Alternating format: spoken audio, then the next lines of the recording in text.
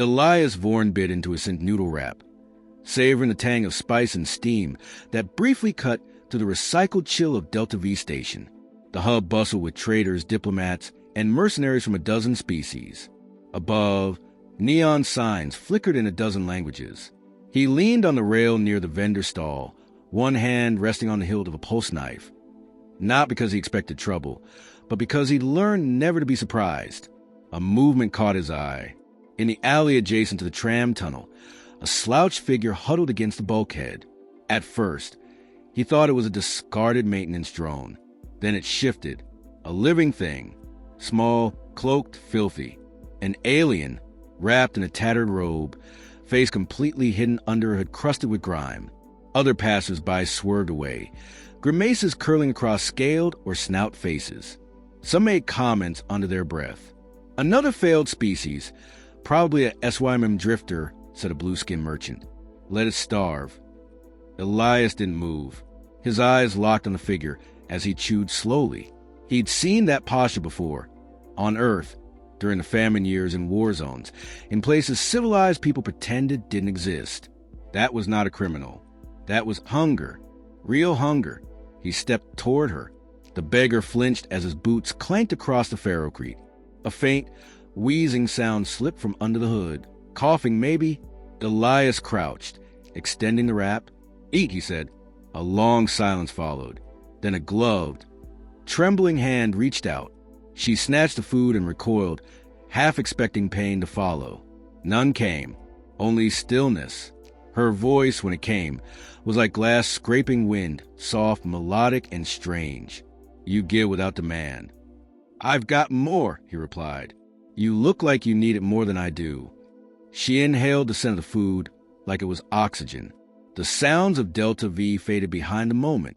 Then she lifted one hand briefly to adjust her hood, and that's when Elias saw it. Just a flash. A faint shimmer along her wrist as light struck the grime and reflected lines of faint bioluminescence. Not random, not disease, markings. Symbolic, inherited. His training kicked in. Those were Natari bloodlines. Rare, extinct. He blinked. That couldn't be. She noticed a stare and recoiled. Her voice dropped. You've seen it. You're Natari, he said quietly. She turned away. Not anymore. The Natari had vanished a century ago. Once rulers of half the Orion Spur, they possessed technology others called magic. The Galactic Accord declared them dangerous, paranoid. Then came the war.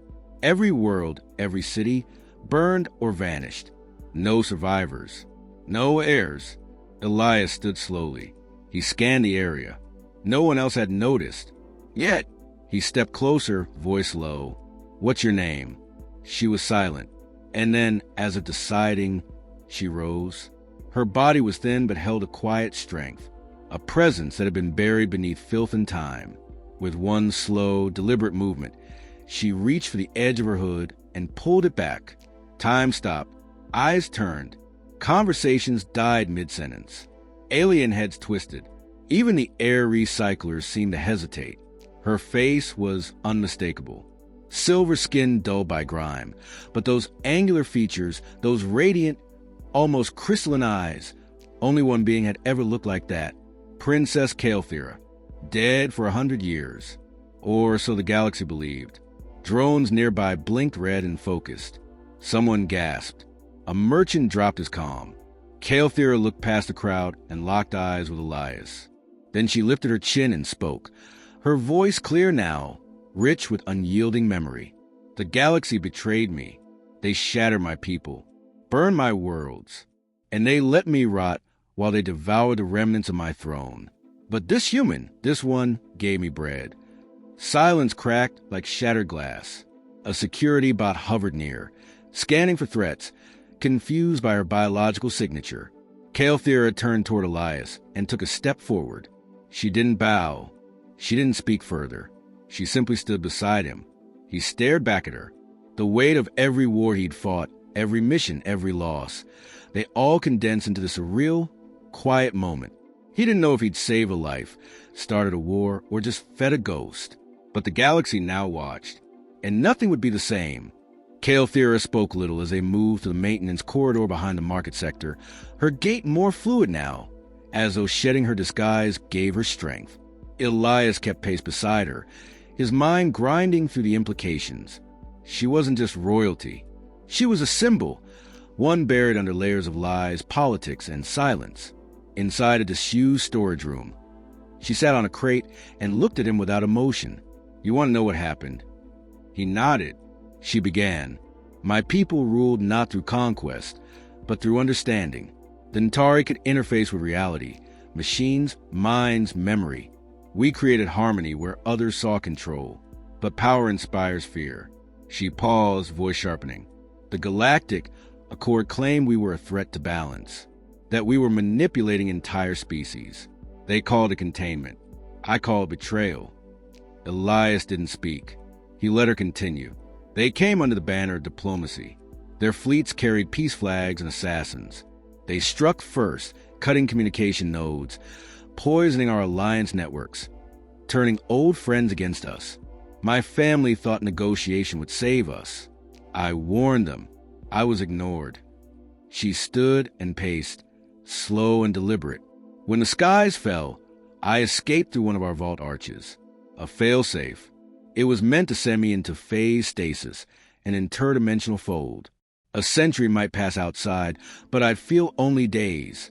But the fold was sabotaged. I fell through chaos, fractured time, agony without end. I screamed in silence for what felt like lifetimes." Her voice wavered, then steadied. "When the rupture finally collapsed, I woke on a fringe colony. No memory at first. No strength. I crawled through streets where no one knew my name. I begged, hid, survived." Elias exhaled slowly. "Why not reveal yourself then?" She looked up, fierce. "Reveal myself to what? The same Accord that murdered my blood? The same council that feeds on stolen Tari tech like leeches?" I waited. I watched. I needed certainty. "And what changed?" She stared at him. "You did." Elias frowned. "Me?" "When I fell, I believed no one would care. That kindness was extinct. Then a stranger gave me bread without asking who I was or what I could offer in return. That moment shattered my last defense." Elias folded his arms. "You think a sandwich redeems a galaxy?" "No, but it proves there is still something worth saving in it." She stepped closer now, voice quiet. "Let me show you something." From her robe, she withdrew a small octagonal device, black metal etched with pulsing lines. She pressed her thumb to its surface. Light erupted. A holographic map flared above it, displaying star clusters, marked coordinates, layered encryption codes. "This is a hardcode archive," she said. "One of the last intact vault keys of the Nantari sovereignty. It contains data repositories, fleet commands, terraforming schematics, and ancestral AI. With my DNA, I can unlock it all." Elias stared at the map. There were sectors on it he didn't even know existed. "But I need someone to stand beside me. Someone the galaxy won't immediately see as a threat." "Why me?" "Because you have no agenda, no faction, just instinct. And the Accord will be forced to listen if you speak for me. You're human, and humans are unpredictable, dangerous, compassionate. That terrifies them." Elias shook his head slowly. "You realize what you're doing? This isn't politics. This is war." Kael'thera nodded. "War born not of vengeance, but of truth." There was a pause. Then she stepped forward and extended the device toward him. "I don't want another empire. I want justice. I want the galaxy to remember what it tried to erase. Will you help me make them listen?" Elias took the device. It was warm. "I'll stand with you," he said, "but on one condition." She tilted her head. "No more masks. No more shadows. If we're doing this, we do in the open." Kael'thera's expression didn't change, but her voice dropped to a whisper. "Then let them see me." By the next rotation, the transmission went out. Kael'thera standing before the galaxy, no longer hidden. Across the Accord, feeds lit up. Officials gasped. Emergency councils convened. The impossible had become undeniable. Kael'thera lived. and beside her, a human stood like a sentinel, holding the heart code. She ended the transmission with 6 words that would burn across every screen. I have returned, this time awake. The Galactic Accord didn't respond with words. They responded with fleets.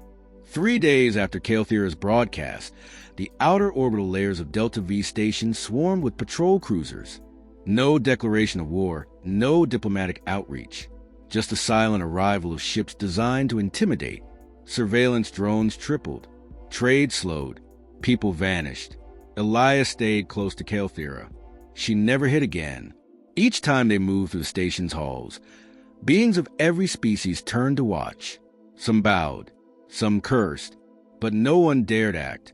They met with resistance leaders, old smugglers who once traded with Antari worlds, and quiet sympathizers inside Accord bureaucracies.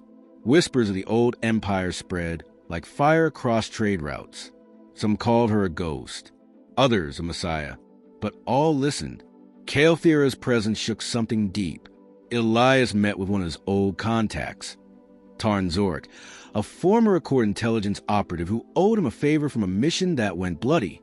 "She's real," Tarn said, staring at the transmission loop again. "Calthira, I thought the Accord wiped out every trace." "They missed one," Elias replied. Tarn leaned in. "They didn't just destroy the Antari. They rewrote history, made it law to erase them. Every archive, every AI core purged. Do you know what it means that she's alive?" "She's not alone," Elias said. "She has the heart code." Tarn paled. "If she activates it, systems will wake that haven't breathed in a century.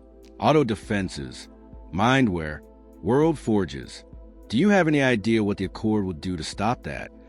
Elias leaned forward. "They already tried once. This time we won't be unarmed." The first strike came not in orbit, but inside Delta V.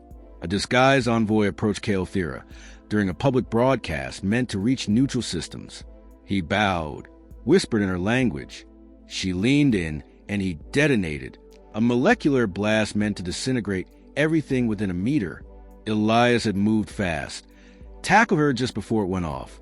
The shockwave tore the walls open, incinerated 2 aides, and injured 20 others. Calthira stood unburned. A faint glow shimmered over her skin. The heart code had activated a defense shell, an ancient field technology lost to the modern galaxy. Cameras caught the entire thing. That footage changed everything. Across hundreds of worlds, beings saw Calthira walk unharmed from the assassination attempt, glowing like a deity, with human bleeding beside her, refusing to fall. That day, 5 fringe systems declared support. They opened their ports to Calthira's allies. Hidden Tari artifacts surfaced, kept in secret by loyalists, museums, even pirate collectors. Everywhere, the truth began to breathe again. But the Accord didn't retreat. They shifted tactics. Diplomats offered Elias Weld territory, his own star cruiser, if he convinced Calthira to vanish again. He declined. Then came threats. His birth record was erased. His veteran clearance revoked. Every contract he'd earned was nullified. He became a target. And yet he stood firm. Calthira approached him one night in the shattered observatory. They turned into a command center. Stars burned silently beyond the fractured glass. "You didn't have to stay," she said. Elias shook his head. "I did, because if they're willing to erase an entire species, they'll do worse to the rest of us. We let them get away with it once. Not again." She watched him a long time. Then, without warning, she placed her hand on his. "Our cultures never believed in soul binding," she said. "But I think the universe just made an exception. Outside, more ships arrived. But this time they weren't Accord. They bore the sigils of independent systems, forgotten war clans, merchant guilds that once traded with Antari, fleets with mismatched hulls and ancient power cores, still loyal, still waiting. The galaxy hadn't forgotten. It had just been waiting for a reason to remember. Calthira was that reason, and Elias had become its voice. The Council of 13, the ruling body of the Galactic Accord, convened in deep orbit over Solaris Prime, their private chamber, shielded from time lag and outside scans.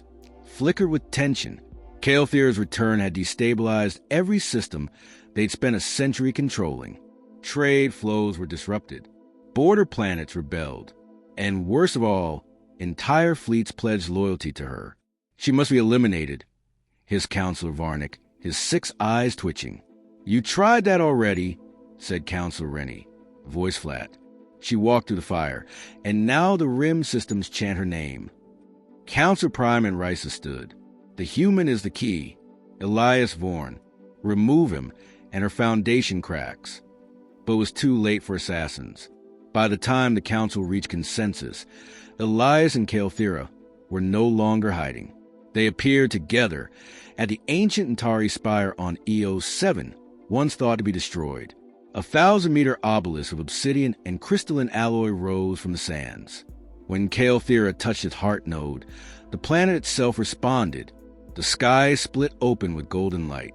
A fleet hidden for centuries rose from beneath the sands. 12 Antari dreadships, fully powered, untouched by time. The Accord mobilized immediately. Hundreds of cruisers warped toward Eos 7. And Elias Vorn, a man who had never led more than a squad, now stood as the battle marshal of an army of old allies, forgotten fleets, and awakened relics. When the Accord arrived, they expected chaos. What they found was formation. Kael'thera stood at the command deck of the dreadship Valora Ascendancy, Elias beside her. The heart code pulsed across the fleet's neural grid, connecting every vessel, every pilot. The Accord opened fire first, and it did nothing. Antari energy shields, impossible to replicate, absorbed the barrage like mist on glass. The counterstrike was silent, clean, precise. Elias coordinated strikes with terrifying accuracy. He moved through space as if he'd trained in their system for years. Kael'thera amplified him, linking his mind to the fleet through the heart code. The Accord lost 40% of their armada in the first 30 minutes. The rest broke formation. Then something unexpected happened. One Accord flagship, Zenith of Rule, stopped firing. Its captain, an old war-hardened Terex named General Urine, opened comms to Kael'thera. I served when Antari still breathed, Urine said. I believed the lie, but I saw what you did today. What you didn't do. You could have wiped us all. I didn't come for war, Kael'thera said. Only for memory, for justice. Urine nodded once, then powered down his ship and transmitted. Stand down. One by one, Accord vessels halted. The war ended not with a scream, but with silence. Later, in front of the ancient spire, Kael'thera addressed the galaxy again. I do not want a throne. I do not seek revenge. I want the truth restored. I want the galaxy to remember who we were and choose what comes next. Elias stood beside her, silent, watchful. She turned to him. You helped me when I was nothing. When I was dirt and hunger. You made the galaxy listen not with weapons, but with honor. And so, the Accord was dismantled, not by conquest, but by choice. In the years that followed, a new council formed, diverse, transparent, bound not by fear, but by shared memory. Kael'thera never took a title. Elias never asked for recognition, but the galaxy remembered. Not just the return of a forgotten queen, but the day a human offered kindness and shocked the stars.